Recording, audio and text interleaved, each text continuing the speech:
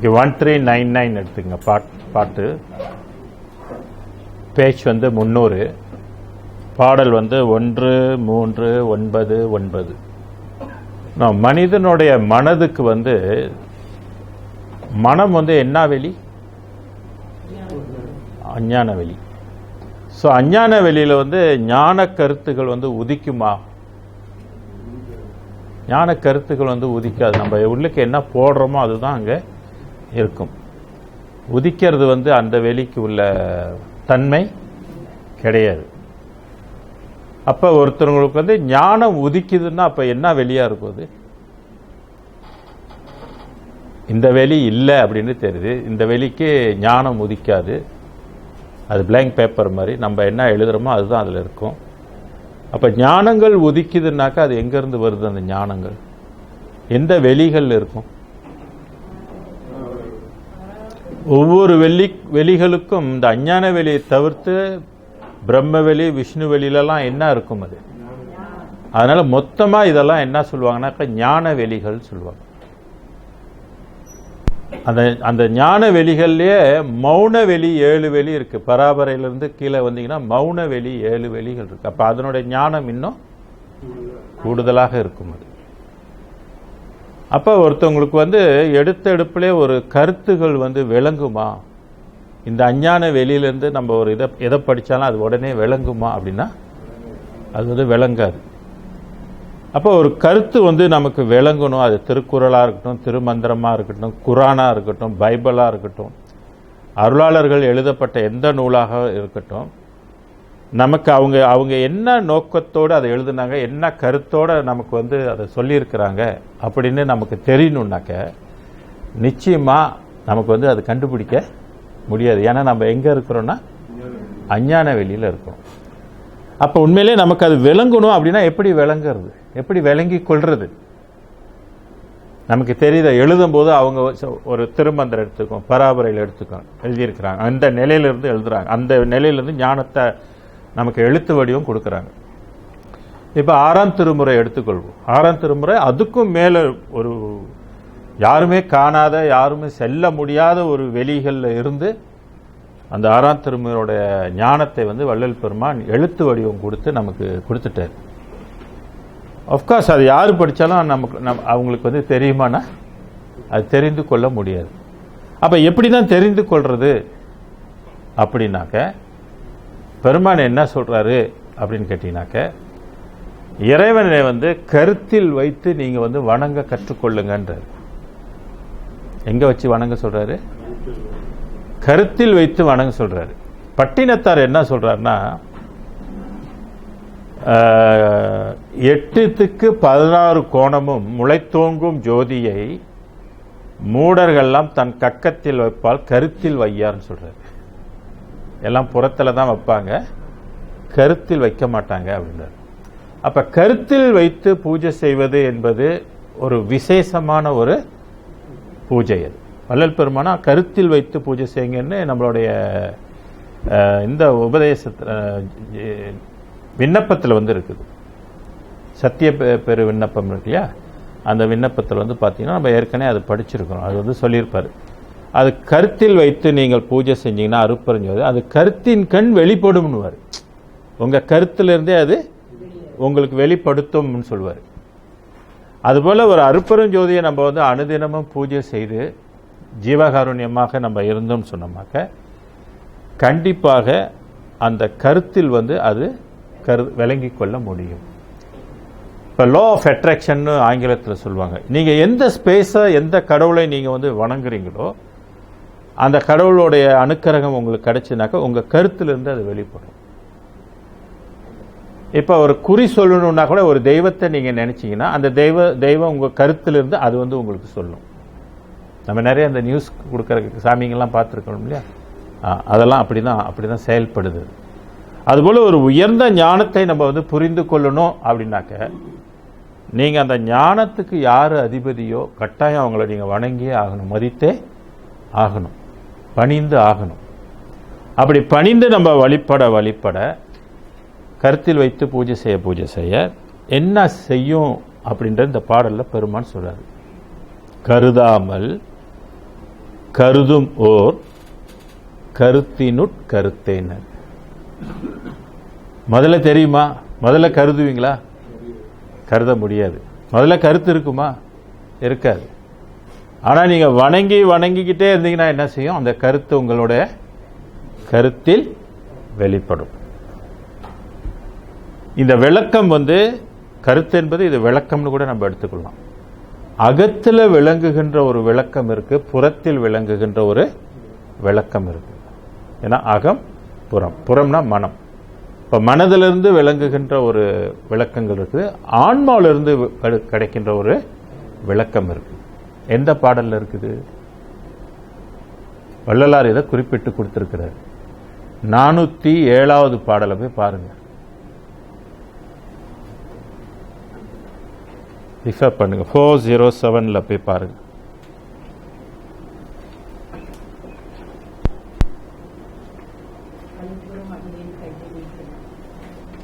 களிப்புறும் அடியேன் கையிலே கிடைத்த கற்பக தீஞ்சுவை கனியே, வெளிப்புறத் தோங்கும் விளக்கமே, அகத்தே விளங்குமோர் விளக்கமே. அப்ப விளக்கம் எப்படி விளங்குதுன்னா, அகத்துல ஒரு விளக்கம், புறத்துல ஒரு விளக்கம். அகத்துல ஒரு கருத்து, புறத்துல ஒரு கருத்து. எந்த கருத்து விசேஷமானது? அகத்தில் உள்ளது. அகம் காரியப்படுதா? அப்ப அகம் காரியப்படலன்னா உங்களுக்கு அகவிளக்கம் உங்களுக்கு காரியப்படலன்னா அருட்பா விளங்குமா? அகவல் விளங்குமா? வள்ளலார் என்ன சொல்றாருன்னு விளங்குமா? கண்டிப்பா விளங்காது. அப்ப விளங்கி கொள்ளணும்னாக்க நம்ம அன்றாடம் இதை என்ன செய்யணும்? ரிஃபர் பண்ணிக்கிட்டே இருக்கணும். பேப்பர் மாதிரி படிச்சுட்டு தூக்கி போட முடியாது. இது படிச்சதையே திருப்பி திருப்பி என்ன செஞ்சுட்டே இருக்கணும்? ரிவிஷன் பண்ணிக்கிட்டே இருக்கணும். அந்த ரிவிஷன் பண்ணும் போதே நீங்க ஆய்வும் பண்ணணும். என்ன சொல்லியிருக்கிறாரு, லேட்டஸ்ட் என்ன இருக்கு, லேட்டஸ்ட் கருத்து என்ன வருது, என்ன கருத்து வருது, அப்படியே போய்கிட்டே இருக்கணும். ஏன்னா இது போன்ற ஞானங்கள்லாம் சுரங்கம்னு சொல்றது. சுரங்கம் நோண்ட நோண்ட என்ன வந்துகிட்டு இருக்கும்? மண்ணு நோண்ட நோண்ட பல உலோகங்கள்லாம் வந்துகிட்டு இருக்கும் இல்லையா? அது மாதிரி கருத்துக்கள் நம்ம உள்ளுக்கு போக போக அதோடைய கருத்து இன்னும் விரிவாக, இன்னும் தெளிவாக நமக்கு கிடைச்சிக்கிட்டே போகும். அதுதான் வள்ளலார் சொல்ற, என் அறிவில் தெளிந்த தெளிவேன்னு வரு. ஏன்னா அந்த அறிவு 12வது அறிவு இல்லையா? அப்ப அந்த அறிவுக்குள்ள தெளிவு வேறு, 10 அறிவுக்குள்ள தெளிவு வேறு, 7, 8 அறிவுக்குள்ள தெளிவு வேறு, 6 அறிவுக்குள்ள தெளிவு வேறு. கோழி ஆடு மீனெல்லாம் தின்னா அதுக்குள்ள தெளிவு வேறு. எழுதுங்களா? சிறு தெய்வங்களை வணங்கினா அதுக்குரிய தெளிவு வேறு. அப்ப இந்த ஆன்மா எந்த அளவுக்கு தெளிவு அடையுதோ அந்த அளவுக்கு அதோடைய விளக்கங்கள் பெருகொண்டோம் போய்கொண்டே இருக்கும் ஆழமாக. அதனால கருதாமல் கருதும். முதல்ல அது கருதுமானா கருதாது, தெரியுமா விளங்குமானா விளங்காது.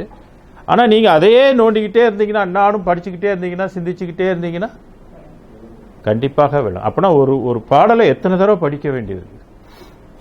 இப்போ என்னெல்லாம் எடுத்துக்கிட்டாக்க, இந்த நூலை நான் 2003 ஆய்வு பண்ணுறதுலேருந்து இப்போ கிட்டத்தட்ட ஒரு 12 ஆண்டுகளில் அந்த கருத்து போய்கிட்டே தான் இருக்குது, ஆழமாக போய்கிட்டே தான் இருக்குது, விடுறதில்லை. மீண்டும் மீண்டும் என்ன செஞ்சுட்டே இருக்கோம்? படிச்சுக்கிட்டே இருக்கோம். ஒரே பாடம் பல்வேறு இடத்துல போய் நம்ம பேசிக்கிட்டே இருக்கோம், பல்வேறு ஸ்டூடெண்ட்களுக்கு பேசிக்கிட்டே இருக்கோம். அப்போ பேச பேச அந்த கருத்து என்ன ஆகிட்டே இருக்குது. இப்போ ஒரு டீச்சரு ஸ்டூடெண்ட்ஸ்க்கு எத்தனையோ அவங்க ஒரு 30 வருஷம் 40 வருஷம் ஸ்கூலில் ஒரே டீச்சர் ஒரே பாடத்தை கொடுத்துருப்பாங்க. அவங்க படித்து கொடுக்க கொடுக்க கொடுக்க என்ன ஆயிடுவாங்க? அவங்களுக்கு இன்னும் ரொம்ப தெளிவாயிரும் இல்லையா? அந்த சப்ஜெக்டை பற்றிலாம் ரொம்ப அவங்களுக்கு தெரியும், என்னதான் வருன்றது அவங்களுக்கு தெரிஞ்சிடும். ஸோ அது மாதிரி நம்ம அதில் ஈடுபட படிக்கத்தான். அதான் தெருட்பாடல் உவந்தனையும் சிவமாக்கும்னு சொல்லுவார். பாடுகின்ற உள்ளத்தை கூடுகின்ற குருவேன்னு சொல்லுவார். அதுபோல் இங்கே கருதாமல் கருத முடியும். ஆமாம், விடாமுயற்சி கண்டிப்பாக அப்போ நீங்கள் தொடர்ச்சி இருந்துச்சுன்னா தெரியாததெல்லாம் நம்ம என்ன செஞ்சுக்கலாம்? தெரிஞ்சுக்கலாம். நம்ம அறிவுக்கு எட்டாததெல்லாம் நம்ம அறிவுக்கு எட்டும். இப்போ நிறைய பேர் கேட்பாங்க, உங்களுக்கு எப்படி இது தெரியுது, எப்படி நீங்கள் இவ்வளோ ஷுவரிட்டியாக சொல்கிறீங்க? ஏன்னா என்னுடைய அறிவில் இது விளங்குது, எனக்கு புரியுது. விளங்குங்களா? அது எப்படி விளங்குனா இப்படி தான். கருதாமல் கருதுமோர் கருத்தினுட் கருத்தே, காணாமல் காணுமோர் காட்சியின் விளைவே. முதல்ல காணுவீங்களா? காட்சியும் காட்சியும் காணா இல்ல காட்சியும் காணா காட்சியும் அது தரும் ஆட்சியும் ஆகிய அருட்பெரும் ஜோதி. இப்ப சித்தர்களுக்கு கண்டாங்களா? சித்தர்கள் காணல. அப்ப அவங்களுக்கு அந்த காட்சி காணல. காட்சியும் அது தரும், காணாததையும் இது தரும், ஆட்சியும் ஆகிய இதுதான் ஆட்சி. இப்போதைக்கு எதோட ஆட்சின்னு கேட்டால் சன்மார்க்கத்தினுடைய அருட்பெரும் ஜோதியினுடைய ஆட்சி. அதான் காணாமல் காணுமோர். முதல்ல காண முடியாது, நீங்கள் அருள் கலந்து உள்ளுக்கு வளர வளர வளர அது காணும். இப்போ குழந்தை பிறந்தன்னையுமே இந்த உலகத்தை எல்லாம் பார்த்துருமா? வீடு வீடு இருக்குன்னு பார்த்துருமா? ரூம் இருக்குன்னு பார்த்துருமா? வீட்டில் டிவி வச்சிருக்கிறாங்கன்னு பார்த்துருமா? அதுக்கு ஒன்றுமே தெரியாது. ஆனால் ஊட்ட ஊட்ட ஊட்ட ஊட்ட வழக்கமாக அதுக்கு என்ன தெரியும்? அம்மான்னு யாருன்னு சொல்லி கொடுத்தீங்கன்னா அம்மாவை தெரியும், அப்பாவை தெரியும், அப்புறம் வீட்டில் உள்ளவங்க மெம்பர்ஸ் எல்லாம் தெரியும்.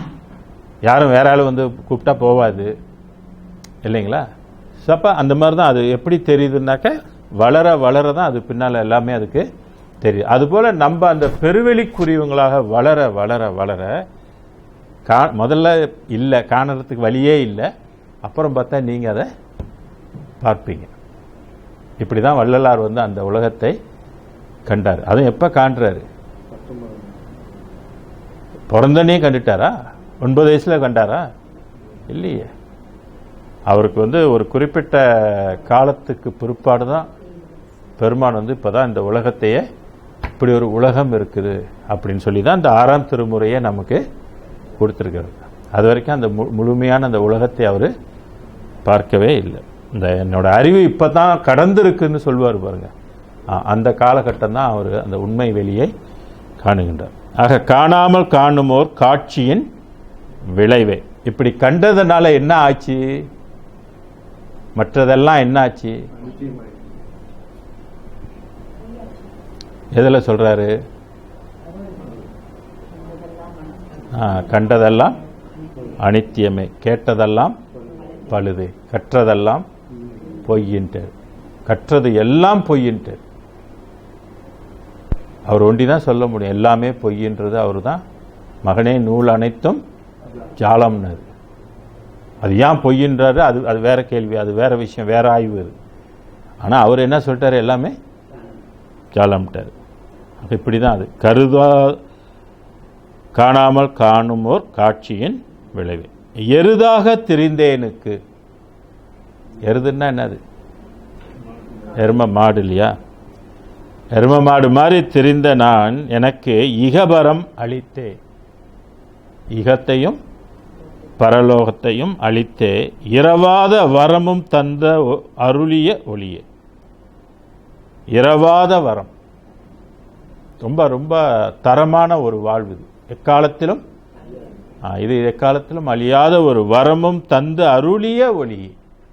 அப்போ ஒளி வந்து அருள் செய்யலைன்னா இந்த வாழ்வு நமக்கு கிடைக்குமானா கிடைக்காது. இந்த தீபாவளின்னு சொல்றது கூட என்ன? அது ஒளி வாழ்வு. யாரும் ஒளி ஆகலை, எல்லாம் இதுவாக இருக்கிறோம், இருளாக இருக்கிறோம். ஆனால் கொண்டாடுறோம், நிறைய செலவுலாம் பண்ணி கொண்டாடுறோம். இந்த ஒளி வாழ்வுக்கு என்ன என்ன உண்டு வாழணும்? அமுதம். இந்த அமுதத்துக்கு பரிபாஷையில் என்ன பேருங்கன்னா காரம்னு அர்த்தம். காரம், பல காரம். ஏன் எல்லாம் தீபாவளிக்கு பலகாரம் சுடுறாங்க தெரியுங்களா? சுட்டு சுட்டு சாப்பிடுவாங்க, எண்ணெயில் சுட்டு சுட்டு சாப்பிடுவாங்க. ஏன்னா சூரிய கலையில் அதை சுட்டு சுட்டு அந்த அமுதத்தை நம்ம ஒன்று இப்படி மறைமுகமாக வச்சிருக்கிறாங்க பலகாரம். வள்ளுவர் சொல்றார், காரம் உண்டேன் கனகமும் கண்டேன்வர். நான் காரம் சாப்பிட்டு கனகம் கண்டேன்வர். கனகம்னா பொன்னுலகத்தை நான் கண்டேன்வர். நம்மளும் தான் காரம் சாப்பிட்றோம், பல காரங்கள்லாம் சாப்பிட்றோம். எந்த கனகத்தை கண்டோம்? ஏன்னா அவங்க சொன்ன காரம் அமுதம் என்ற காரத்தை உண்டணும். ஆக இரவாத வரமும் தந்த அருளிய ஒளியே. வரும் தாகம் தவிர்த்திட, தாகத்தை தவிர்க்க. அமுதம் உண்டால் என்ன தீர்ந்துடும்? தாகம் தவிர்ந்திட வந்தெனது தெல் அமுதே. அமுதம் உண்ண உண்ண அவருடைய தாகம் தீர்த்தது. நம்ம எவ்வளோ தண்ணி குடித்தாலும் தாகம் தீருதா? மறுபடியும் மறுபடியும் என்ன செய்யுது? இவருடைய தாகம் வந்து தவிர்ந்திட வந்த தல் அமுதே அப்படின்னு சொல்றாரு. மாணிக்க மலைநடு மருவிய பரமி. அந்த மலையை என்னன்னு சொல்றாரு? இறைவனுடைய உலகத்தை மலைன்றார். மலைன்னா உயர்ந்தது இல்லையா? இப்போ இமயமலைன்னா அது ரொம்ப உயர்ந்தது. காடுன்னா எங்கும் ரொம்ப உயர்ந்து இருக்குது, சஹரா பாலைவனம் மாதிரி. ஆக மாணிக்க மலைநடு மருவியன்னா அங்கே சார்ந்து இருக்கின்ற பரமே தரு தானம் உணவென சாற்றிய பதியே. தரும் தானம் உணவென, இதுதான் வந்து உணவு. அங்கே போகணுன்னாக்கா நம்ம என்ன உணவு சாப்பிட்டு போகணும்? அமுதம் என்ற உணவு சாப்பிடணும். அதுவும் தரும் தானம் உணவென சாற்றிய பதியே தனி நடராஜ என் சர்க்குரு மணி. தனி நடராஜராக விளங்குகின்ற சர்க்குரு மணி அப்படின்னு அருட்பெரும் ஜோதியை வள்ளலார் சொல்றார். நமக்கு ஏற்கனவே பல பாடல்களில் வந்து நம்ம சொல்லியிருக்கிறோம், சான்று கொடுத்துருக்குறோம். இந்த பெருவெளியை வந்து வள்ளலாருக்கு முன்பு யாருமே இந்த இடத்தை தொட்டதில்லை. தீண்டாத வெளியில் வளர் தீண்டாத ஜோதி சிற்சபையில் விளங்குகின்றது. அப்புறம் செப்பாத மேல்நிலை, மேல் சுத்த சிவமார்க்கம் திகழ்ந்தோங்க அருட்ஜோதி செலுத்தியிடல் வேண்டும். எண்ணாத மந்திரம் எழுதாத மறையை ஏறாத மேல்நிலை. இந்த மாதிரி நிறைய பாடல்கள் வந்து சான்றுகள் ஆறாம் திருமுறையில் இருக்குது. வள்ளலாருக்கு முன்பு இந்த இடத்த யாருமே போய் சேரலை, யாரும் போகலை அப்படின்றது. வள்ளல் பெருமான் தான் முதல்ல இப்படி ஒரு நிலை இருக்குது. ஏன்னா இந்த அருளும் முதல் அருளாக இருந்ததுனால, முதல் தெய்வமாக இருந்ததுனால, முதல் கருவாக இருந்ததுனால இந்த முதல் நிலையை அவர் ஒருத்தர் தான் எட்ட முடிஞ்சது. அப்போ இதுலேருந்து நம்ம ஒன்று சூட்சமமாக ஒன்று தெரிஞ்சுக்கணும், சூசகமாக தெரிஞ்சுக்கணும்னு சொல்லுவாங்க. அப்படின்னா இந்த கடவுள் முதல் கடவுளாக இருக்கின்ற கடவுள் இதுக்கு முன்பு யாரையுமே ஆட்கொண்டு அவருடைய இடத்தை அது கொடுக்கல. யாருக்குள்ளேயும் உள்ளுக்கு புகுந்து, உள்ளத்தில் புகுந்து கருப்பிடித்து வளர இல்லை. தன்னைத்தானே இதை என்ன செய்து கொண்டது? மறைத்து கொண்டது. எப்படி மறைச்சிக்கிச்சு? எத்தனை திரை போட்டு மறைச்சிக்கிச்சு? 7 திரை போட்டு மறைச்சிக்கிட்டு அந்த பூட்டை உடைக்க யாருமே வரலை. ஸோ வள்ளல் பெருமானைத்தான் இது முதல்ல ஆண்டு கொண்டது. வள்ளல் பெருமானுக்கு தான் இது முதலை தன்னை காட்டியது. பாவம், சித்தர்கள் எண்ணிலா கோடி கணக்கான பேர் இருந்தாங்கனாக்க அவங்க கூட காணலை. அப்படின்னா இது வந்து பிரம்மத்துக்குள்ள ஒரு பிரம்மம், சிவத்துக்குள்ள ஒரு சுத்த சிவம் இல்லைங்களா? சிவபெருமானுக்குள்ள ஒரு சிவபெருமான் சொன்னாலும் தப்பு இல்லை. சிவனுக்குள்ள ஒரு சிவன், ஒளிக்குள் ஒளி, சுத்த ஒளி. இப்படி நம்ம வந்து அதை பார்த்தா தான் அதை புரிந்து கொள்ள, அதை படித்தா நமக்கு வந்து விளங்கி கொள்ள முடியும். இப்படி இந்த நிலையை வந்து அடைவதற்கு முன்பாகவே இந்த உலகம் எப்படி சமயங்கள்லையும் மதங்கள்லையும் இது எப்படி வளர்க்கப்பட்டிருக்குதுனாக்க, எல்லாம் ஒரு கடவுள் கான்செப்டில் வளர்க்கப்பட்டிருக்குதா அப்படின்னா இல்லை. அவங்கவுங்க நிலைக்கு எதை கண்டாங்களோ அது தான் உயர்ந்தது சிறந்ததுன்னு சொல்லி சமயங்கள் மதங்கள் இப்படி ஏகப்பட்ட காலத்துக்கு ஏற்றவாறு பல்வேறு மதங்களும் சமயங்களும் இருந்தது. சில இது சென்றனன்றது, நன்றன நின்றன சென்றன சிலவேன்வர். நிறைய சமய மதங்களெல்லாம் போயிடுச்சு. அதனால இது நிறைய சமய மதங்கள்லாம் இருக்கனால வள்ளல் பெருமானுக்கு இறைவன் வந்து வளர்த்து அவரை ஆளாக்கி அவருக்கு ஒரு வேலை கொடுத்துருக்கிறார். என்ன வேலை கொடுத்துருக்கிறாரு? அந்த பாடெல்லாம் சொல்றாரு. ஏகா, இறைவன் வந்து எப்படி இருக்கிறான்? ஏகா. ஏகானா ஒருவனாக இருக்கின்றான். ஒருவனாக மட்டும்தான் இருக்கிறான் அவன். அநேகா, அநேகானா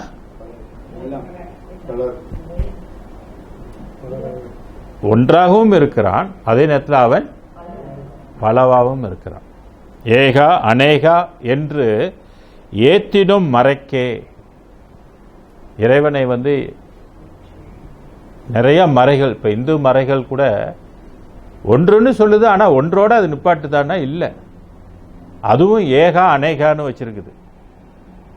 கேட்டால் அதுக்கு தக்க மாதிரி இவங்க அதுலேருந்து பிரிஞ்சவங்க சக்திகள் பல அப்படின்லாம் ஏகப்பட்ட கதைகள்லாம் சொல்லிக்கிட்டு இருக்கோம். நான் சட்டம் எல்லாத்தையும் வணங்கணும் என்பது சட்டமா? இப்ப இஸ்லாம் மதம் எடுத்துக்கிட்டாக்க எல்லாத்தையும் வணங்கணுன்ற சட்டமா? இல்ல ஒருவனை தான் வணங்கணுன்ற சட்டம். இப்ப கிறிஸ்தவங்களை எடுத்துட்டா எல்லாத்தையும் வணங்கணுன்ற சட்டமா, ஒருத்தனை தான் வணங்கணுன்ற சட்டம்? எல்லா மதங்களும் என்ன செய்யுது? கடவுள் ஒருவனை தவிர்த்து வேற யாரையும் வணங்கக்கூடாது, அப்படி வணங்குவது பாவம்னு சொல்லும் இல்லைங்களா? அப்ப இங்கே ஏகா அநேகா என்று ஏத்திடும் மறைக்கே எட்டாத நிலையே. இதுக்கு முன்பு வள்ளலாருக்கு முன்பு இருக்கின்ற மறைகளுக்கெல்லாம் எட்டுமானாக அருட்பெரும் ஜோதி என்பதை எட்டாதுன்றார். நான் ஏன் எட்டலன்னு கேட்டா,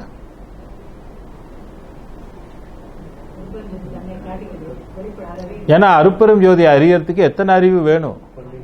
12 அறிவு வேணும். அப்ப 12 அறிவு இல்லைன்னா எப்படி அறியறது? இன்னைக்கே நமக்கே அறிவு பத்தலைன்னாக்க என்ன செய்யறதுன்னு அடுத்து நமக்கு தெரிய மாட்டேங்குது இல்லைங்களா? காடி கெட்டு போச்சா நமக்கு அறிவு இல்லைன்னா நம்ம கொண்டு யாரை கூப்பிடுறோம்? போமேன கூப்பிடுறோம். அதுபோல உடம்புல நோய் வந்துட்டா நமக்கு எப்படி தீக்கன்னு தெரியலன்னா யார்கிட்ட போறோம்? டாக்டர்கிட்ட போறோம். டாக்டருக்கே நோய்னா அவர் எங்க போவார்? அப்ப அவருக்கும் தெரியல என்ன பண்றது அப்படின்றது. அதுபோல இங்கே இந்த மறைகள் எல்லாம் பேசுகின்ற கடவுளர்களுக்கும் கூட அருட்பெரும் ஜோதியை எட்டுமானா எட்டாதுன்றார். எட்டாத நிலையே நான் எட்டிய மலையேனர். நான் எட்டிய மலையேனர். யாருடைய துணை கொண்டு? அருட்பெருஞ்சோதி துணை கொண்டனாக்க எட்டாத மலையெல்லாம் நமக்கு எட்டும். செல்லாத நிலைகளெல்லாம் நம்மளும் செல்லலாம், ஒன்றும் பிரச்சனை கிடையாது. ஆனால் முதல்ல அருட்பெருஞ்சோதி நமக்கு வசம் ஆகணுமே, ஏற்றுக்கொள்ளணுமே இல்லைங்களா? ஓகே, அடுத்து ஒரு வேலை இறைவன் கொடுக்கிறார் பாருங்க அவருக்கு. ஒக்கால மதங்களை முழுவதும் மாற்றி. நிறைய உலகத்தில் மதங்கள் 6 அந்தங்கள் இருக்குது. சித்தாந்தம், வேதாந்தம், போதாந்தம், யோகாந்தம், கலாந்தம் என்று சொல்லக்கூடிய மத நெறிகள் இருக்குது. இதை முழுவதும் மாற்றி வேலை கொடுக்கிறாரு. எல்லாம் தனித்தனியாக அது நிலையில் நின்றுட்டு அது ஒரு ஒளியை பார்த்துட்டு இதுதான் முடிவானது, இதுதான் உலகத்துக்கே ஒளின்னு சொல்லி எல்லாம் பெருமைப்பட்டு கொண்டு இருக்குது, பீத்தி கொண்டு இருக்குது. இதை போய் எல்லாம் நீ மாற்றி நம்மளை காட்டு. நம்மளை காட்டுன்னா யார? அருட்பெரும் ஜோதியை காட்டு. நம்ம யாருன்னு தெரிஞ்சுக்கிட்டோம். அப்படியாவது இனிமேல கரை சேரட்டும், எல்லாத்தையும் தூக்கி பொங்குஸ் பண்ணட்டும் வச்சுக்கிட்டு முழங்கிக்கிட்டு இருக்கிறாங்க இல்லையா, பெருமை அடித்து கொண்டு. திருமூலர் அழகா சொல்வார், அறிவு அறிவு என்று சொல்லும் அரட்டும் உலகம்னு. அதுபோல சின்ன சின்ன நிலைகள் எல்லாம் புடிச்சுக்கிட்டு உலகத்துல மதங்கள் என்ன செஞ்சுட்டு இருக்குது? அரட்டி கொண்டு இருக்குது, ரொம்ப பெருமைப்பட்டு கொண்டு இருக்குது. இதை முழுவதும் மாற்றி ஒரு நிலை ஆக்க என்று உரைத்த மெய்ப்பரமே. என்ன செய்ய சொல்லியிருக்குது? ஒரு நிலை ஆக்க எல்லாத்தையும் அப்படின்னு கொண்டு வருது. அப்ப ஒரு நிலைன்னும் போது எந்த நிலைக்கு வரணும்? எல்லாரும் சன்மார்க்கம் ஒரு நிலை தான். அதான் என் மார்க்கம் துலங்கும் எல்லா உலகம்னாரு. நீ உரைத்த சொல் அனைத்தும் பழிக்கும். ஃபியூச்சர் என்ன நடக்க போகுது?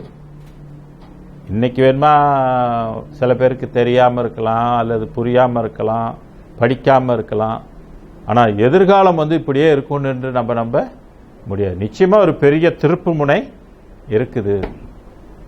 அது சன்மார்க்கத்தினுடைய உச்ச கட்டம்னு சொல்லுவாங்க. அந்த மாதிரி சன்மார்க்கிகள் நம்ம இதில் மட்டும் இல்லை, மற்றவங்களையும் சன்மார்க்கிகள் இருப்பாங்க.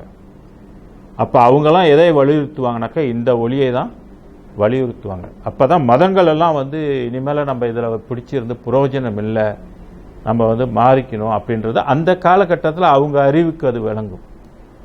அவங்களே சொல்லுவாங்க, அது இனி நம்ம வள்ளலார் வழியில தான் போய் ஆகணும் அப்படின்னு. இப்போ நம்ம விளங்கிக்கிட்டோம் இல்லையா? இப்போ கருதாமல் கருதினும் கருத்தினுட் கருத்தேன்னு சொன்னார் இல்லையா? அது மாதிரி அவங்கவுங்களுக்கு என்ன செய்யும்? அது ஆய்வு செய்யத்தான் இது விளங்கும். நம்ம ஆய்வு செஞ்சால் அதனால நமக்கு விளங்குனது. நம்மளுடைய ஆய்வை உங்கள்கிட்ட நான் கொடுத்தேன், நீங்களும் பார்த்தீங்க, ரைட்டு சரியாக தான் இருக்குது அப்படின்னு நீங்களும் எடுத்துக்கிட்டீங்க. அந்த மாதிரி யாரெல்லாம் ஆய்வு செய்கிறாங்களோ அப்போ அவங்களுக்கெல்லாம் அது தெரிய வரும். அப்போ இன்னும் விரிவாகிட்டே போகும் இந்த மார்க்கம், இந்த இதெல்லாம் விரிவாகிட்டு வரும். அதான் ஒக்கால மதங்களை முழுவதும் மாற்றி ஒரு நிலை ஆக்க என்று உரைத்தமை பரமே.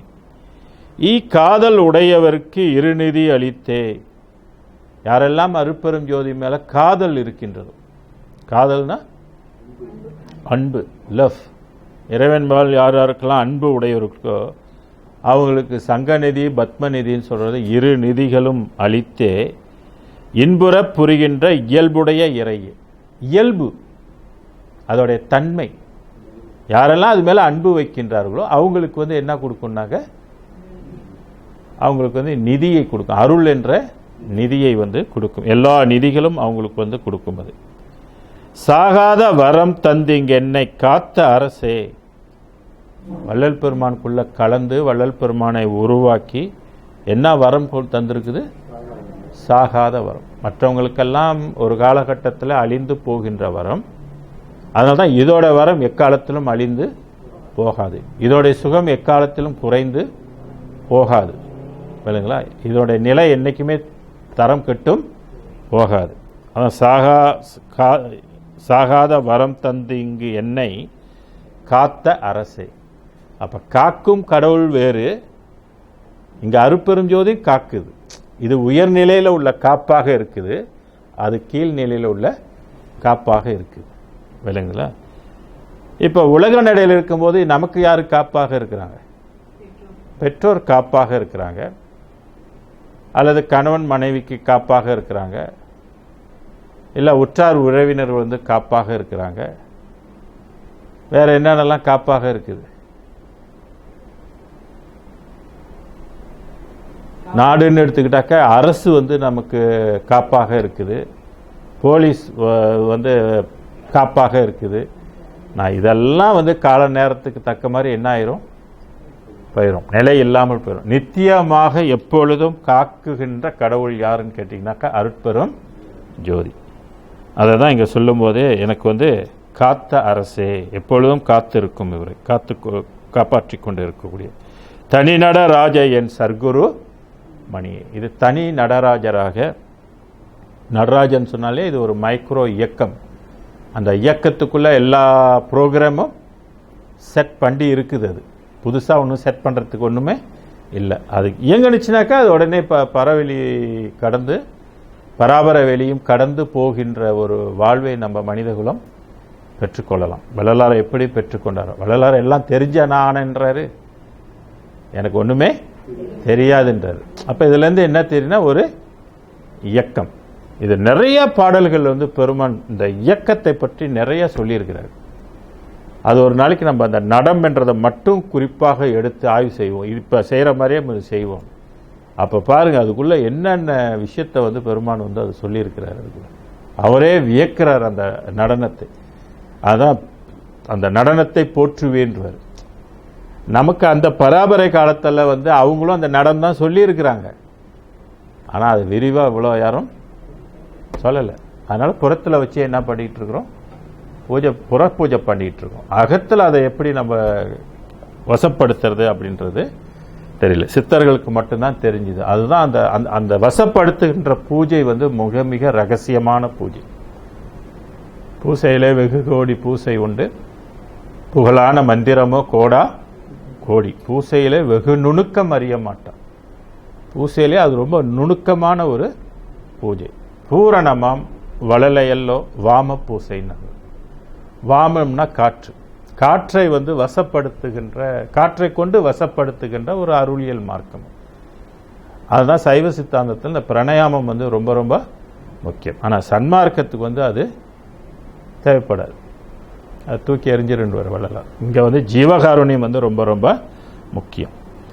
இந்த நடம் காரியப்பட்டால்தான் தத்துவங்களை நம்ம வந்து வெற்றி கொள்ள முடியும். ஏன்னா நம்ம எப்படி பூட்டப்பட்டிருக்கோம்?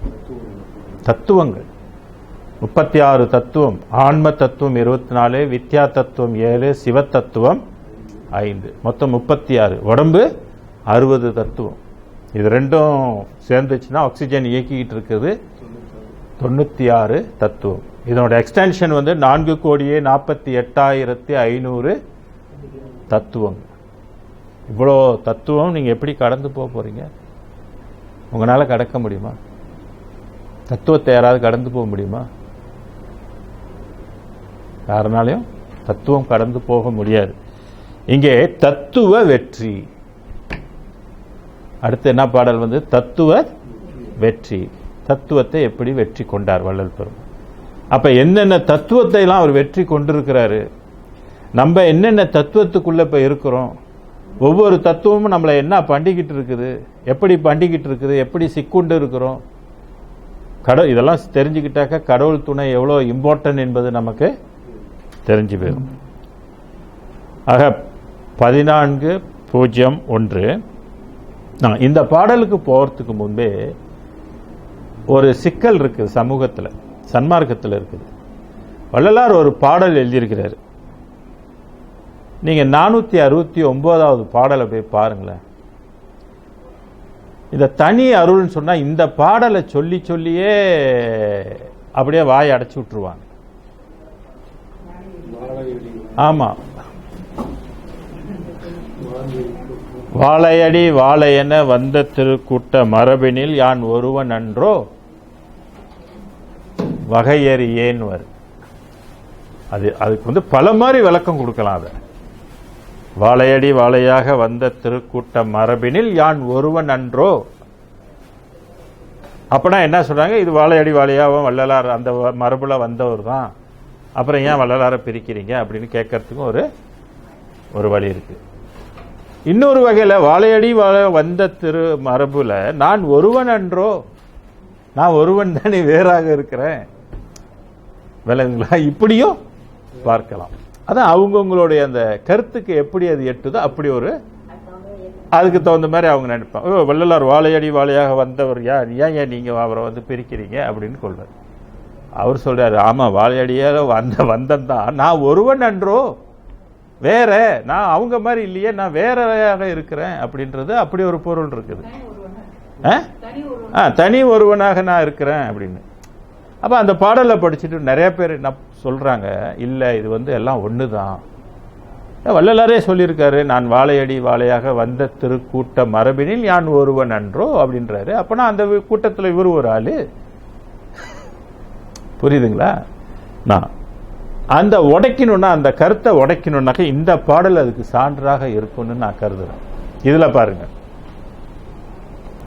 திருவளர் பேர் அருளுடையான் சிற்சபையான் எல்லாம் செய்ய வல்ல தனித்தலைமை சித்தன் எல்லாம் உடையான் உருவமுமாய் அருவமுமாய் உபயமுமாய், உபயம்னா அது உள்ளுக்கு இன்னொரு பொருளாக, உபயமுமாய் அல்லாவாய்.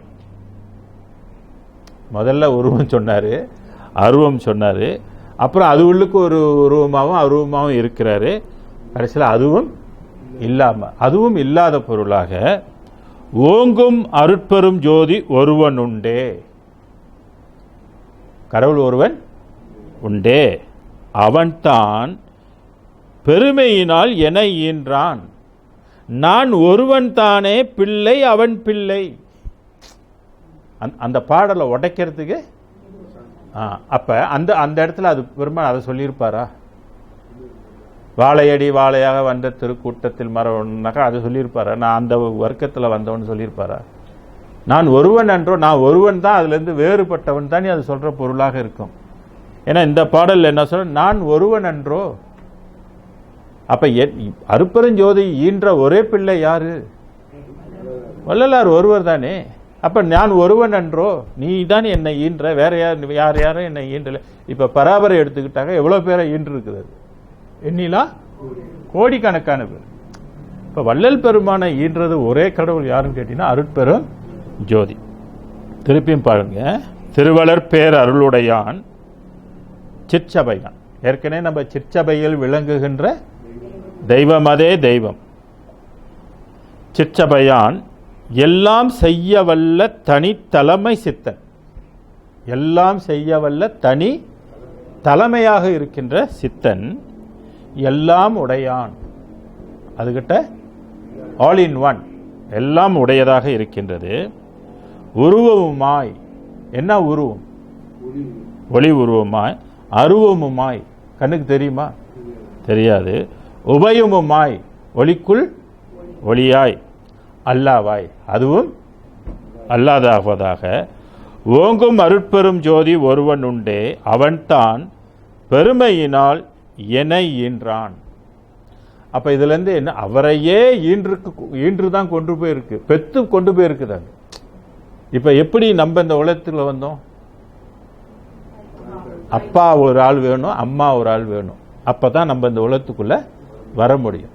இப்போ திருப்பி போகணுன்னாலும் அப்பாவும் வேணும், அம்மாவும் வேணும். இந்த அப்பாவும் முடியாது, இந்த அம்மாவும் முடியாது.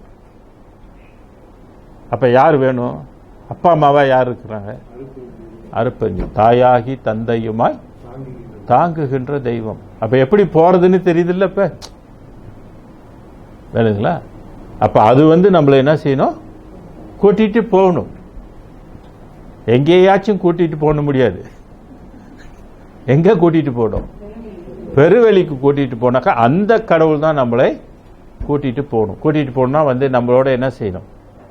உயிரில் கலக்கணும், உள்ளத்தில் கலக்கணும், ஆன்மாவில் கலக்கணும். ஆக பெருமையினால் என்னை ஈன்றான், நான் ஒருவன் தானே பிள்ளை அவன் பிள்ளை. இதிலே அடங்கி போச்சு. இந்த ஒரு பாடல்லையே வள்ளலார் ஒருவர் தான் அருட்பெரும் ஜோதியுடைய பிள்ளை என்பதற்கு இந்த பாடல் விட வேறு என்ன சான்று வேணும்? சான்று வேணுமா? என்ன இருக்கு? பேருலகெல்லாம் மதிக்க இறைவன் சொல்றாரு, பேருலகெல்லாம் மதிக்க தன் பிள்ளை என்று பெயரிட்டு அழைத்தேன். பாருங்க, எல்லா சித்தர்களையும் அது தன் பிள்ளைன்னு பெயரிட்டு அழைக்கலையா? வள்ளல் பெருமானை மட்டும்தான் தன் பிள்ளை, என்னுடைய பிள்ளை என்று அழைத்தரும். அதுதான் வள்ளல் பெருமான் ஏன் தாயாகி தந்தையுமாய் தாங்குகின்ற தெய்வம்னு ஏன் சொல்றாரு? எங்க பார்த்தாலும் அருட்பெரும் ஜோதியே ஏன் இவ்வளவு உயர்த்தி பேசிட்டு இருக்கிற? எங்க பரசிவத்தை பேசுறாரா? பேசுறாரு. அதுக்கு அடி காலில் ஒட்டுன ஒரு சிறு துரும்புன்னு சொல்றாரு. அப்ப இது எவ்வளவு பெருசாக இருக்கணும், எவ்வளவு பெரிய பவர்ஃபுல்லான கடவுளாக இருக்கணும். பிள்ளை அவன் பிள்ளை என பெரியர் எல்லாம் அறிவார். நமக்கு தெரியல, இருமை ஒரு தத்துவர்கள் அறிய மாட்டார்களாம். விளங்குங்களா? இங்க பெரியவர்கள் எல்லாம் அறிவர். அதாவது சிற்சபையும் பொற்சபையும் சொந்தமேனதாச்சு, சித்தர்களும் முத்தர்களும் பேசுவதேன் பேச்சு. அவங்களுக்கு தெரியுது இவர் வேற அப்படின்னா, அவங்களுக்குலாம் தெரியுது. ஆனா இந்த பூமியில இருக்கிற, இங்க இருக்கிற அஞ்ஞான வெளியில் இருக்கிறவங்களுக்கு தெரியல. ஏன்னா இங்க ஒளி இல்லை, அங்க ஒளி இருக்கு. ஒளி உள்ளவங்க, அறிவு உள்ளவங்களுக்கு மட்டும்தான் இது விளங்கும். அறிவு இல்லாதவங்களுக்கு இது விளங்காது. வள்ளல் பெருமானையோ 6ஆம் திருமுறையோ இது விளங்கி கொள்வதற்கு வாய்ப்பே கிடையாது. அப்ப அறிவு வேணும்னா என்ன செய்யணும்? இந்த சன்மார்க்கத்துக்கு வரணும். நீங்க சன்மார்க்கத்தினுடைய கல்வியை கற்கணும். இது ஒரு கல்வி. இம்மோர்டல் லைஃபுக்குள்ளன்னு ஒரு கல்வி. அடையிறமோ இல்லையோ அது வேறு விஷயம். ஆனா முதல்ல நீங்க இதை படிக்கணும். படிச்சாதான் தெரிஞ்சுக்கணும் இப்படிலாம் ஒன்று இருக்குது. அப்புறம் வேணும்னா நீங்க அடுத்து அதுக்குள்ள முயற்சியை போடுங்க. ஏன்னா அது வேணும்னாக்கா நம்ம அருளியலுக்கு நிறைய ஒழுக்கங்கள் கடைபிடிக்க வேண்டிய அவசியம் இருக்குது. உணவு ரகசியங்கள்லாம் நிறைய இருக்குது. ஸோ அது நம்ம கடைபிடிக்கணும். இருமையுறு தத்துவர்கள் என்னை அறியீரோ. டுவல்ட்டி ஒன்னஸா இருந்தா தெரியும். டுவல்ட்டியா இருந்தா தெரியுமா? தெரிந்து கொள்வதற்கு அத்வைதமா இருந்தா தெரியும், துவைதமா இருந்தா தெரியுமா? தெரியாது. அதனால் இருமையுறு தத்துவர்கள் என்னை அறியீரோ, என்ன தெரியலையோ. இங்கு உமது உள்ளம், இங்கு உமது உள்ளெல்லாம் ஏதும் நடவாது. துள்ளல் எல்லாம் ஏதும் நடவாது. துள்ளல் என்பது இங்க எது? தத்துவ சேட்டைகள். நீ மற்றவங்களை சேட்டை பண்ற மாதிரி என்ன நீ சேட்டை பண்ணாத, உன் சேட்டெல்லாம் இங்கே என்கிட்ட அடங்காது அப்படின்று தத்துவத்தை வள்ளல் பெருமான் வெற்றி கண்டதுனால இனி தத்துவ துள்ளல் அவர்கிட்ட இல்லை. எல்லாம் ஒடுங்கி அடங்கி இவர் வேற பொருளாக ஆனதுனால மற்றதெல்லாம் இவருக்குள்ள அது அடங்கி இருக்கும். ஓகே, அடுத்து தத்துவத்தில் எதையெல்லாம் கடந்து வள்ளல் பெருமான் வெற்றி பெற்றிருக்கிறாரு என்பதற்கு அடுத்த பாடல் பாருங்க. 14 கோசம் 2. மனம் என்னும் ஒரு பேய்க்குரங்கு மடப்பயலே நீதான். திட்டுறாரு. எப்படி? மனதை மடப்பயலேன்றார். ஏன்னா மனதுக்கு என்ன இல்லை, ஏன் அதை மடையன்னு ஏன் சொல்ற? போடோன்னா என்ன அர்த்தம்? அதுக்கு சொந்தமா ஞானம் இல்லை. ஒன்று சொந்தமா ஞானம் இல்லைன்னாக்கா யார்கிட்டையாவது போய் கேட்டாவது படிச்சாவது தெரிஞ்சுக்கணும். சொந்தமா படிச்சு தெரிஞ்சுக்கணும். இல்லைன்னா 2 காது இருக்குது, செல்வத்துள் செல்வம் செவிச்செல்வம், அச்செல்வம் செல்வத்துள் எல்லாம் தலை. போய் கேட்கணும், இந்த மாதிரி சன்மார்க்க பாடம் எங்கே நடக்குது அப்படின்னு போய் அந்த பாடத்தை வந்து உட்காந்து கேட்கணும். இந்த ரஜினி வந்திருக்கிறான்னு கூட்டமே பார்த்தீங்களா, அதுக்கு முந்தி அடிச்சுக்கிட்டு போகிறாங்க. நீங்கள் பேப்பரில் ஞானம் இங்கே போட்டிருக்குன்னு பேனர் போடுங்க, யாரும் தேட மாட்டாங்க. வேலைங்களா? பெரிய பெரிய ஷாப்பிங் காம்ப்ளெக்ஸ்லாம் இன்னைக்கு திரிஷா வராங்கன்னு சாதாரண வழக்கமாக வாங்குற கடையிலலாம் ஜாமான் வாங்க மாட்டாங்க. திரிஷா அங்கே வராங்களா இன்னைக்கு அப்படின்னா அங்கே போய் ஷாப்பிங் பண்ணோன்னே எல்லாம் அங்கே ஓடுவாங்க. மனிதனுடைய அப்போ அவர் திட்டுறது நியாயம்தானே, இல்லைங்களா? ஆக மனம் என்னும் ஒரு பேய் குரங்கு, வெறும் குரங்குன்னு சொல்லலை. என்ன குரங்கு? பேய் குரங்குன்னு சொன்னார். பேய் என்ன பண்ணும்? பேய் அலைப்பாயும். அதுபோல மனமும் ஒரு அலைப்பாயிர ஒரு பேயின்னு சொல்றார். மனம் என்னும் ஒரு பேய் குரங்கு. ஏன்னா குரங்கு எப்போதுமே ஒரு நிலையாக இருக்காது. குரங்குக்கு எப்போதும் சபல புத்தின்னு சொல்லுவாங்க. இப்போ நம்ம தலையெல்லாம் ஒழுங்காக நிற்கும், இல்லைங்களா? குரங்கு தலையை நிற்பாட்டி கொஞ்ச நேரம் வச்சு பாருங்க, அது அப்படி நிற்குமா? நேராக நிற்குமானா குரங்கு வந்து எப்போதும் நிற்காது. என்ன செய்யும்? அதோட தலை அது இப்படி இப்படி அது சலபம்னு சொல்லுவாங்க. அது ஒரு நிலையாக அது இருக்காது. அதுபோல் மனமும் ஒரே நிலையாக இருக்காது. மனமும் என்ன செய்யணும்னாக்கா அலை பாயும். ஒன்றை நினைக்கும், அப்புறம் மறக்கும், அப்புறம் இதை நினைக்கும், அப்புறம் அதை நினைக்கும், அப்படின்னு நினைச்சு கொண்டே இருக்கும். ஒவ்வொரு நிமிஷத்துக்கும் அந்த மனம் என்னென்னமோ நினைத்து கொண்டே இருக்குமா. அதனால தான் அதை வந்து பேய்க்குரங்கு மடப்பயலே நீதான் மற்றவர் போல் என நினைத்து மறுட்டாதே கண்டாயினர். நீ மற்றவங்களை மறுட்டுவது போல, மருளச் செய்வது போல நீ என்ன நீ பண்ணாத, என்ன மறுட்டாத அப்படின்னு சொன்னார். மற்றவர் போல் என நினைத்து மறுட்டாதே கண்டாய். இனமுறை என் சொல்வழியை இருத்தி எனில் சுகமாய் இருந்துடு. என் சொல்ற கேட்கறதுனாக்கா கம்முன்னு சுகமா இருக்கலாம். நீ என் சொல்வழி ஏற்றிலை ஆனாலோ, நான் சொல்ற மாதிரி நீ கேட்கலன்னா தினையளவும் அதிகாரம் செல்ல ஒட்டேன். தினையளவுனா தானியத்தில் வந்து திணை வந்து ஒரு சின்னிய தானியம். அதில் வந்து பிளந்த அதை விட சின்னது. திருமந்திரத்தில் இந்த திணையை வச்சு திருமூலர் ஒரு பாடல் சொல்வார். நினைக்கும் நினைக்கும் நினைப்பவதனை சுனைக்கும் விளைமலர் சோதியினானை திணை பிளந்தென்ன சிறுமையரானும் கனத்த மனத்தடைந்தால் உயர்ந்தாரேன்னு சொல்வார். அந்த திணை என்ற சொல்ல அவர் பயன்படுத்துவார். நீ கடவுளை வந்து அடையிறதுக்கு ரொம்ப அறிவுலாம் உனக்கு வந்து தேவையில்லை. நீ வந்து அவனை உறுதியாக நீ நினைக்க தெரிஞ்சால் ஒன்று போதுன்னுவார். இது ஞானசரியிலையும் வள்ளலாரும் என்ன சொல்றாரு? நினைந்துன்றாரு. திருமூலரும் சொல்றாரு, நீ கடவுளை நினைக்கிறதுக்கு உனக்கு அந்த அறிவு இருந்தால் போதும், நீ உயர்ந்துருவேன்றாரு. ஏன்னா இங்க கடவுளை நினைக்க தான் முதல்ல படிச்ச மாதிரி கருதாமல் கருதுமோர் கருத்தினுட் கருத்தேன்றாரு.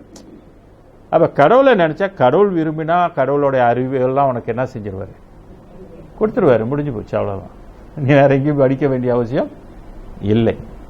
அவரே நமக்கு வந்து எல்லாத்தையும் கொடுத்துருவார். அதனால தான் வள்ளலார் சொல்ற, கற்றேன் சிற்றம்பல கல்வியை. நான் சிற்றம்பலத்திலிருந்து கல்வியை கற்றேன். வேற யூனிவர்சிட்டியெல்லாம் சொல்லலை, வேற குருமார்கள்லாம் சொல்லலை, இல்லைங்களா? நான் ஸ்பேஸ்லேருந்து நான் கல்வியை கற்றுக்கொண்டேன்னு சொல்லுவேன். சிற்றம்பலம் என்பது ஸ்பேஸ்.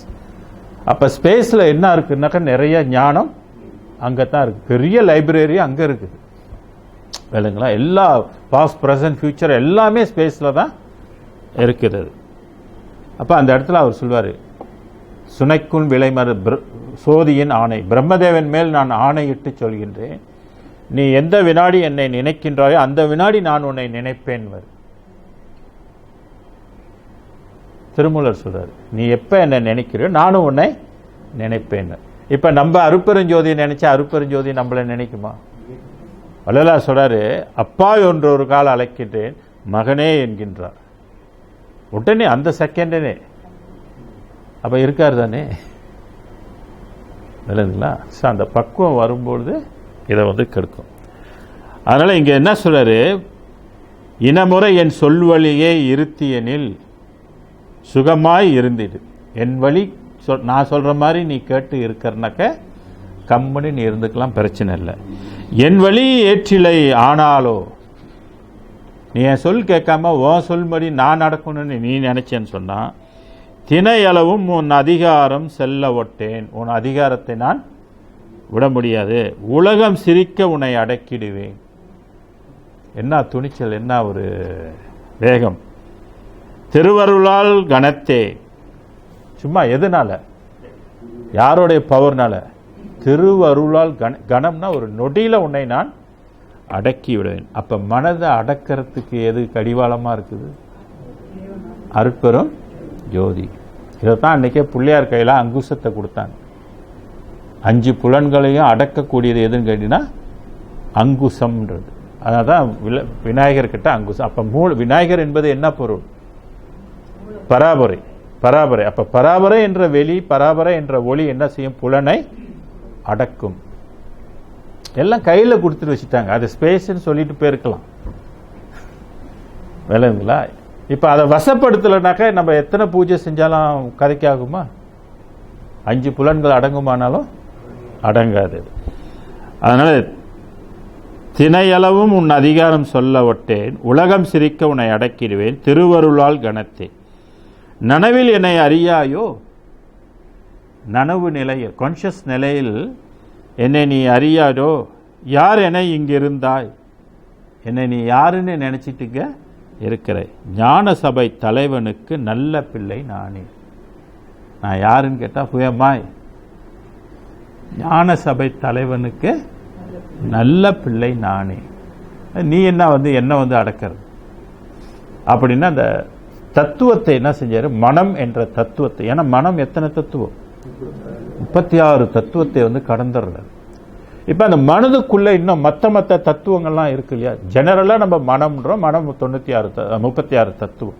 அந்த மனதுக்குள்ள இன்னும் வேறு என்னென்ன தத்துவங்கள்லாம் இருக்குது, அந்த மாதிரி ஒவ்வொரு தத்துவத்தை சொல்லிக்கிட்டு வருவார்.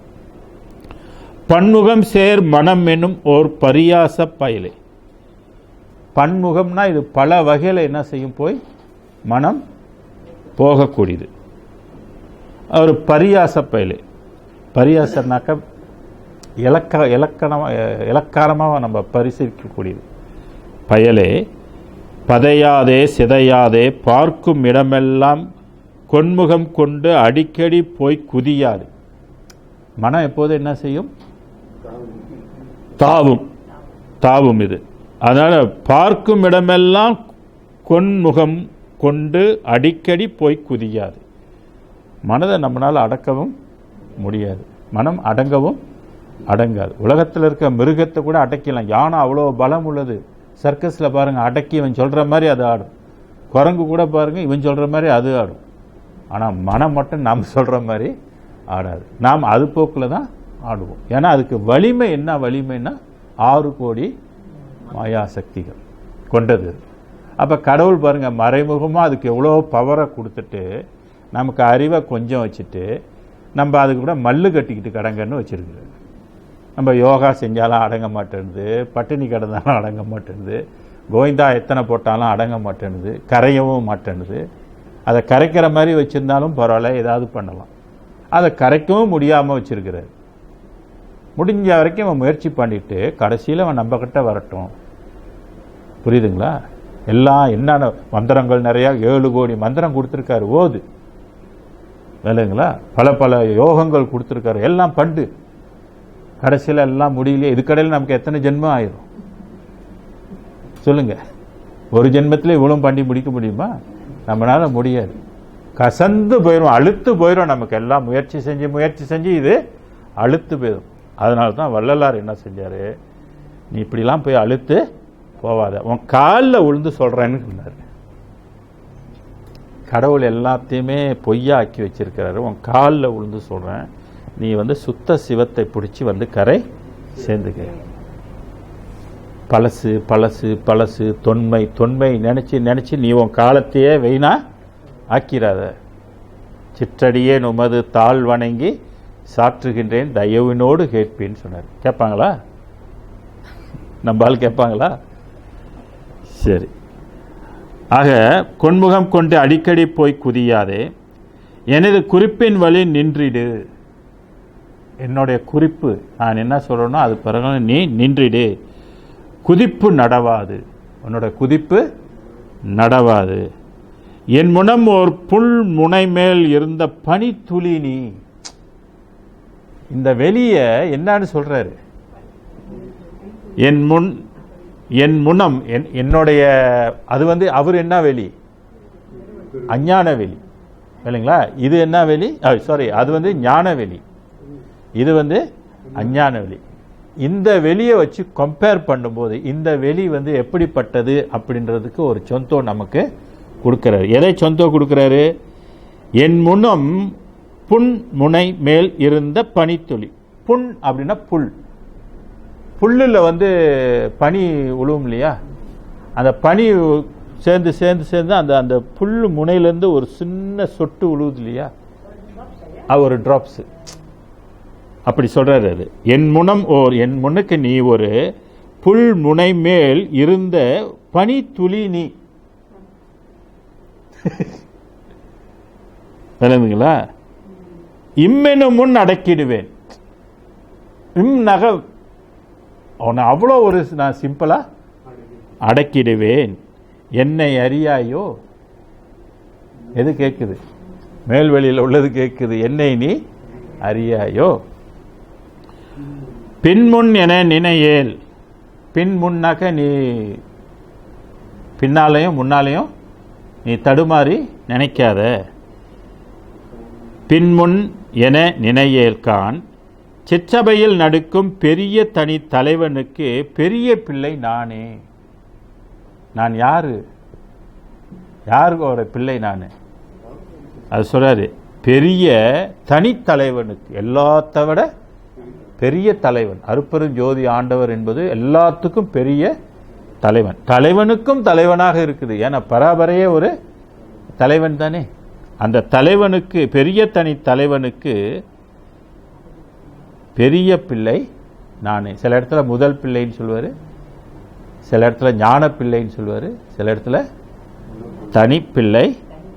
தனிப்பிள்ளை அதான் தனித்தருன்னு சொல்லுவார். பெரிய பிள்ளை நானே. அப்போ இந்த இடத்துலையும் மனதை தான் தத்துவ வெற்றியில் மனதை முக்கியற்று சொல்கிறாரு. அப்போ பெருவெளிக்கும் அஞ்ஞான வெளிக்கும் கம்பேர் பண்ணாக்க இது ஒரு சின்ன தூசி தான். ஆனால் தூசி அவர் சொல்கிறாரு, எனக்கு நீ ஒரு தூசின்னு. நமக்கு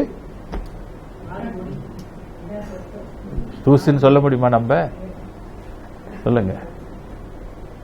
அப்போனா இந்த தூசை நம்ம அடக்கிறதுக்கே எவ்வளோ பாடுபடுறோம். இவன் யோகாவில் கூட இதை நீங்கள் கரைக்க முடியாது. யோகா எவ்வளோ செஞ்சாலும் இந்த மனதை கரைக்க முடியாது. அப்போ சித்தர்கள் கூட இந்த மனதை கரைக்கிறதுக்கு எங்கேருந்து சக்தி பெற்றாங்க? மூலாதாரத்திலிருந்து தான் சக்தி பெற்றாங்க இல்லைங்களா? கடைசியில் மூலாதாரத்தில் உள்ள சக்தி அவங்க பெறத்துக்கு எத்தனை வருஷம் பாடுபட்டாங்க? 12 வருஷம் பெற்ற பிற்பாடு தான் அந்த மனம் அடங்கணுச்சு. ஆனால் இவருக்கு ஒரு நொடியில் உள்ளுக்கு போஞ்சா முன்னமோட நான் அடக்கிடுவேன். நீ என்ன 12 வருஷம் என்ன உனக்கு அடக்கிறதுக்கு 12 வருஷம் தேவையா? 12 வருஷம் ஒளியை கொண்டாந்து சேர்த்து வச்சாதான் நீ அடங்குவியா? நீ நான் அவ்வளோ பெரிய ஆளா? ஒரு செகண்டில் முன்னாக நான் உன்னை அடக்கிடுவேன்றார். அவ்வளோ ஃபாஸ்ட் அந்த மனம் நமக்கு அடங்கக்கூடிய. ஆனால் அதுக்கு எவ்வளோ நாள் நம்ம பாடுபட வேண்டியது. ஜஸ்ட் இமேஜின் பண்ணி பாருங்க. கடவுளுடைய அருள் நமக்கு கிடைச்சதுனாக்கா ஒரு செகண்ட் தான் வரும். அடக்கிடுவேன் அப்படின்னு சொல்றாரு. இதை தான் அந்த காலத்தில் சித்தர்கள்லாம் ஒரு பாட்டு படித்தாங்க. மூலமாம் குளத்திலே முளைத்தெழுந்த கோரையை காலமே எழுந்திருந்து 4 கட்டு அரிப்பீரே. பாலனாகி வாழலாம் பரபிரம்மம் ஆகலாம் ஆலமுண்ட கண்டர் பாதம் அம்மை பாதம் உண்மை என்பர் சிவவாக்கியருடைய பாடல். இந்த மனதை நீங்கள் கட்டணும்னா கோரை வேணும்னு சொல்லுவார். கோரையை வச்சு, கோரை புல்லு கட்டுறவங்க என்ன செய்வாங்க? கோரை புல்லை வச்சு தான் அந்த புல்லை இறுக்கி கட்டுவாங்க. நவராது, நல்லா இறுக்கி கட்டிடுவாங்க. பெரிய பண்டலாக கட்டி எடுத்துகிட்டு போவாங்க. அதுபோல் மனதை கட்டுவதற்கு காலையிலே நீ எந்திரிச்சு குளத்திலிருந்து கோரையை எடுக்கணும்னு சொல்லுவார். எந்த குளம்? மூலமாம் குளத்தில். வெளியில் இருக்கிற குளம் இல்லை, உங்களுக்கு மூலாதாரத்தில் ஒரு குளம் இருக்குதுன்னு. அப்படின்னா என்ன அர்த்தம்? மூலாதாரத்தில் தாதுக்கள் என்ன ஆகிக்கிட்டே இருக்குது. உண்ட உணவு என்ன தாதுக்களாக வருது, சுக்கில தாதுக்களாக வருது. நான் சுக்கில தாதுக்களில் ஸ்பெர்ம் செல்ஸில் அங்கே கோரை இருக்குதுன்னு சொல்கிறேன். கடவுள் கோரையை கொண்டு போய் எங்கே வச்சிருக்கிறான் பாருங்க.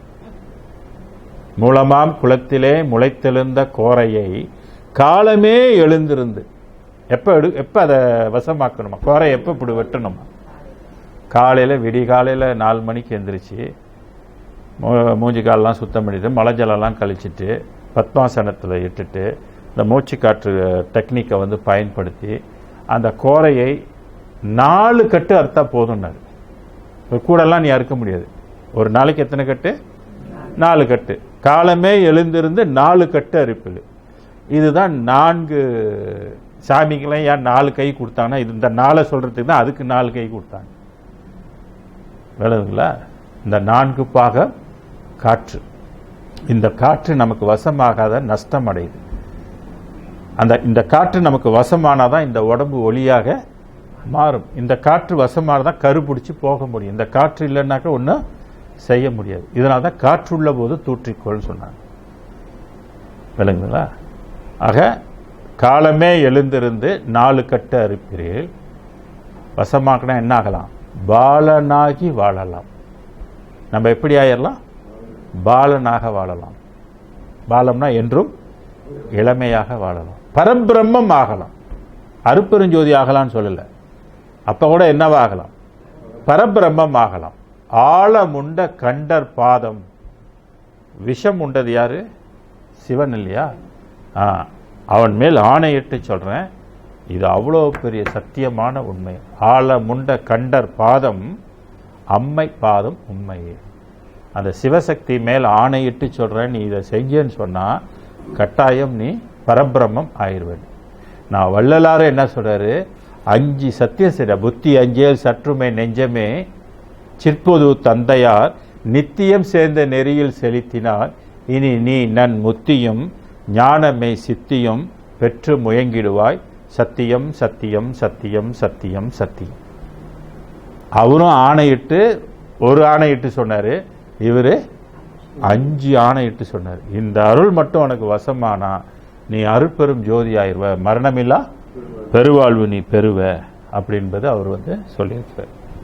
ஆனால் அருள் பெறுகின்ற நிலை இடம்தான் வேறுபடுகிறது. அந்த அருளை பெறுகின்ற முறையும் இப்பொழுது வேறுபட்டிருக்கார். அது இந்த அருள் கொண்டு போய் சேர்க்கின்ற இடமும் இப்பொழுது வேறுபட்டிருக்கு. ஸோ இதெல்லாம் விளங்கிக்கிட்டாக்கா வள்ளலார் யாருன்னு நமக்கு தெரிஞ்சு போயிடும். ஓகே, நான் அடுத்த பாடல். விரிந்த மனம் எனும் சிறிய விளையாட்டு பயலை. மனதை என்ன சொல்றாரு? புடா கிச்சின்றார்.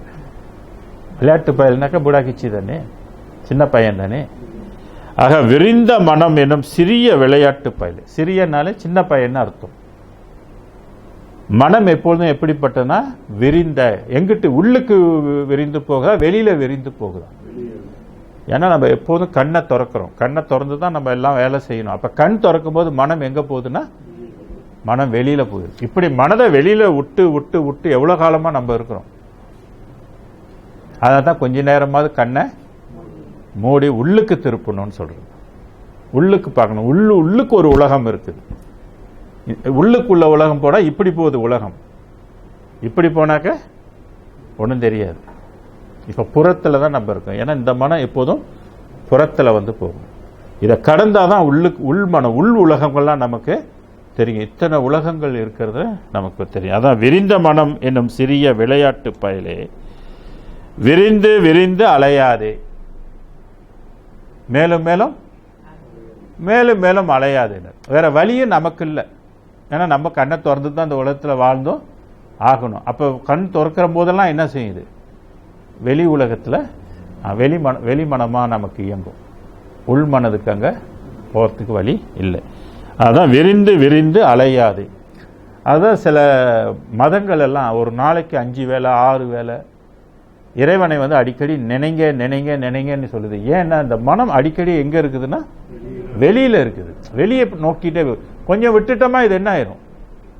நம்ம இதை மறந்துருவோம் இல்லைங்களா? இதையே சிந்தித்து கொண்டே இருந்தோமா நம்ம இதோட ஒன்றித்து இருப்போம். நமக்கு ரொம்ப என்னமோ கிட்ட இருக்கிற மாதிரி இருக்கும். ஒரு 2-3 நாள் நீங்கள் சாமி கும்பிடாமல் இருந்து பாருங்கள், எப்படி இருக்கும்? என்னமோ லாஸ் பண்ண மாதிரி இருக்கும் இல்லைங்களா? நீங்கள் அன்னாட கருத்தை கேட்டுட்டு ஒரு நாளைக்கு கருத்து கேட்காம இருந்து பாருங்கள், ஒரு 2 வாரம் இல்லைன்னு பாருங்கள். அடுத்து தீபாவளி வருது இல்லையா, 2 வாரத்துக்கு வந்து கிளாஸ் இருக்காது. நீங்கள் பாருங்கள் எப்படி இருக்குன்னு பாருங்கள், அந்த டிஃப்ரென்ஸ் தெரியும். ஏன்னா நம்ம தொடர்ச்சியாக படிச்சுக்கிட்டு இருக்கவங்களுக்கு கண்டிப்பாக அந்த வித்தியாசங்கள் நமக்கு வந்து தெரிய வரும். ஏன்னா இந்த மனம் ஒன்று புறத்தில் எரிகின்றது. அப்போ ஒவ்வொரு நாளும் இந்த மனதை நம்ம என்ன செய்யணும்? டைவர்ட், திருப்பி உள்ளுக்கு நீங்கள் வரணும். இது உள்ளுக்குள்ள சிந்தைக்கு வரணும். அதுதான் ஒரு பாடலையும் நீங்கள் படிச்சுக்கிட்டே ஒரு மணி நேரம்னா 2 மணி நேரம். ஏன் வள்ளல் பெருமான் சத்விசாரம் செய்யுங்கன்றாரு? உங்களுக்கு ஒத்த கருத்து உள்ளவங்களோட ஒரு 4 பேரோ 5 பேரோ சேர்ந்து எப்போதும் பேசிக்கிட்டே இருங்கன்னு ஏன் சொல்றாரு? அப்போ இதை பற்றியே நம்ம பேசிக்கிட்டே இருந்தோமா நம்மளோட சிந்தனை அதிலே இருக்கும். மேலும் மேலும் கருத்து கேட்க கேட்க கேட்க நமக்கு ரொம்ப தெளிவும் கிடைச்சிட்டு இருக்கோம். இதை விட்டு நம்ம பிரிந்து போன மாதிரி இருக்காது, நமக்கு ரொம்ப அருகாமையில் இருக்கும்.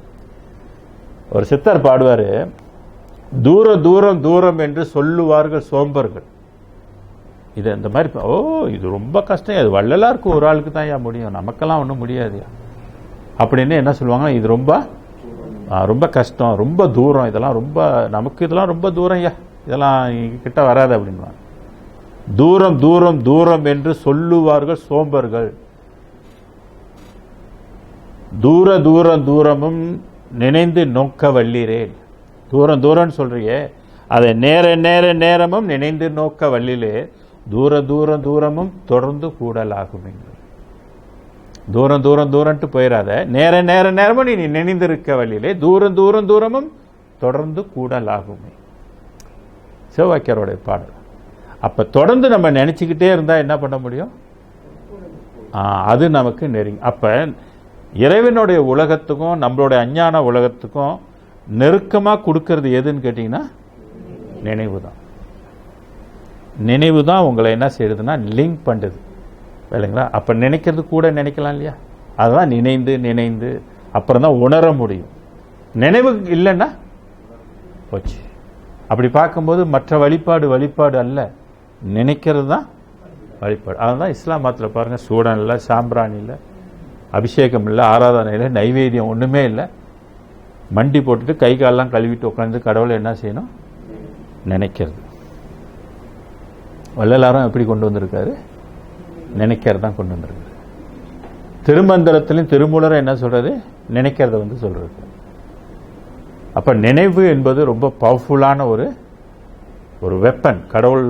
கடவுளோட நம்ம போய் இணையறதுக்கு அது நமக்கு கிடைச்ச ஒரு நல்ல ஸ்டூல்னு சொல்லலாம். அதை ஆக விரிந்து அலையாதே, மெலிந்து போகாதே, விடயம் புரிந்த வெறி நெறி புரிந்தவமே போகாதே. விடயம்னா விஷயம், 5 வழிகளில் போய் நெறி புரிந்து அவமே புரியாதே. அவம்னா தவத்துக்கு ஒப்போசிட், கெட்டது. அவமே போகாதே, பொறிவாய் புரையாதே. ஏன்னா பொறிவாயில தானே மனம் எப்பொழுதும் அலைபாயும். அதானே திருவள்ளுவர் சொல்றாரு, பொறிவாயில் 5 அவித்தான் பொய்த்தீர் ஒழுக்க நெறி நின்றார் நீடு வாழ்வு. இந்த பொறிப்புலன்களை வந்து அவிக்க சொல்றாரு. இட்லி அவிக்கிற மாதிரி பொறிப்புலன்களை என்ன செய்யணும்? அவிக்கணுன்றார். அவிக்கணும்னா என்ன வேணும்? கனல் வேணும் இல்லையா? கனல் இல்லாமல் நீங்க அதை அவிக்க முடியாது. அதனால புரையாதே, விரைந்து போகாத, புகுந்து மயக்காதே. எங்களுக்குள்ள நீ இருந்து நீ மயங்காதே, தெரிந்து தெளிந்து ஒரு நிலையில் சித்திரம் போல் இரு. எப்படி இரு? தெரிந்து தெளிந்து ஒரு நிலையில் சித்திரம் போல் இரு நீ. சித்திரம்னா சிலை. சித்திரம் வந்து ஆடுமா? அசையாது. அதுபோல நீ ஆடாம அப்படியே இரு அப்படின்னு சொல்றாரு. சிறிதசைந்தால், கொஞ்சம் நீ அசைந்தால் அக்கணமே சிதைத்திடுவேன். அந்த நொடி பொழுதிலே உன்னை நான் சிதைத்திடுவேன் கண்டாய். பரிந்தனை நீ யார் என்று பார்த்தாய்? என்னை நீ யார் என்று பார்த்த? சிற்றபைவால் பதிதனக்கே அருட்பட்டம் பளித்த பிள்ளை நானே. அற்பெரும் ஜோதி ஆண்டவருக்கு நான் சிற்றபைவால் பதிதனக்கே அருட்பட்டம் பளித்த பிள்ளை தானே. நான் அருட்பட்டம் வாங்கின அவர்கிட்ட இருந்து. நான் அருளாளர். நீ என்ன, நீ யாரு, என்ன வந்து இப்படி பண்ணிக்கிட்டு இருக்கிற? அப்போ ஒரு சாதாரண மனிதனை இதை என்ன பண்ணுது, அருள் பெற்றுட்டா இதுங்க எப்படி எந்த அளவுக்கு நம்ம அதை வந்து அடக்கி ஒடுக்கி நம்ம வழியில் அதை கொண்டாந்து வச்சு பண்ணலாம் இல்லைங்களா? நான் இந்த மோட்டிவேஷன் கோர்ஸ்லலாம் இந்த மனதை பற்றிலாம் அடக்கிறது ஒடுக்கெல்லாம் சொல்ல மாட்டேன். இங்கே நான் ஒரு பெரிய ஆற்றல் இருக்குது ஒரு மனிதனுக்குள்ளே இருக்குன்னாக்கா அது எதை கடந்தால் இருக்குது, எதை அடக்கினால் இருக்குது, மனதை அடக்கினால் இருக்குது. இவங்கெல்லாம் மனதை பற்றி பேசிட்டு இருக்காங்க, மனதை அடக்கிறத பற்றி யாருமே பேசல. மனம் செத்து போகணுன்னு வரு திருமூலர். மனமாயைத்தான் மாய, மற்றொன்று இல்லை. மனம் இறந்த மகிமையினால் முத்தியாச்சு. மனம் செத்து போகணுன்னு வரு. நம்ம சாகக்கூடாது, உடம்பு செத்து போகக்கூடாது, மனம் செத்து போகணும். அப்போ உடம்பை வச்சுக்கிட்டே மனதை சாகடிச்சிடணும். ஸோ மனம் செத்து போச்சுனாக்கா நம்ம தான் கடவுள் இல்லைங்களா? மனம் இருக்கிற வரைக்கும் அதுதான் ஆட்சி, அதுதான் கடவுள். நான் சொல்கிற மாதிரி கேளு, எனக்கு என்ன போவர். அப்போ கடவுளுடைய அனுக்கிரகம் இல்லாமல் நம்ம மனதை ஒன்றுமே செய்ய முடியாது. 6 கோடி மாயா சக்தி அதுக்கு கொடுத்துட்டு இவர் பின்னால் ஒளிஞ்சிட்டு இருக்கிறாரு. பாப்போம் இவன் என்ன பண்ணுறான், மோட்டிவேஷன் கொடுத்துட்ருக்கிறானா இல்லை இவன் நம்மகிட்ட வந்து சரண்டர் பார்ப்போம் அப்படின்ட்டு இருக்கு. இப்போ வள்ளலார் எங்கே சரண்டர் ஆனார்? அருட்பெரும் ஜோதிகிட்ட. ஓகே, இந்த பாடலோடு நம்ம இன்னைக்கு நிறைவு செய்து கொள்வோம். அடுத்து வந்து மறுபடியும் மனதை பற்றிலாம் என்னென்னலாம் சொல்லி வராருன்றதை நம்ம வந்து தெரிஞ்சுக்கணும். நல்ல அருமையான பாடல் இது. மனதை பற்றி எப்படிலாம் பெருமான் வந்து அடக்கி இருக்கிறாரு, அருள் துணை கொண்டு எப்படியெல்லாம் அதை வந்து வசமாக்கி இருக்கிறாரு. ஒரு பனி துளின்றார், ஒரு புல் முனையில் பட்ட ஒரு துளி, நீ என் முன்னுக்கு நீ என்ன ஆடுற, ஜஸ்ட் ஒரு ட்ராப் தான் அப்படின்ற. ஆனால் உலகத்தை இது இந்த ஆட்டி படைச்சிக்கிட்டு இருக்குது மனம். அதான் மனம் ஒரு குரங்கு, மனித மனம் ஒரு குரங்கு அனுப்பிச்சு. அதை தாவ விட்டால் தப்பி ஓட விட்டால் நம்மை பாசத்தில் தள்ளிவிடும்.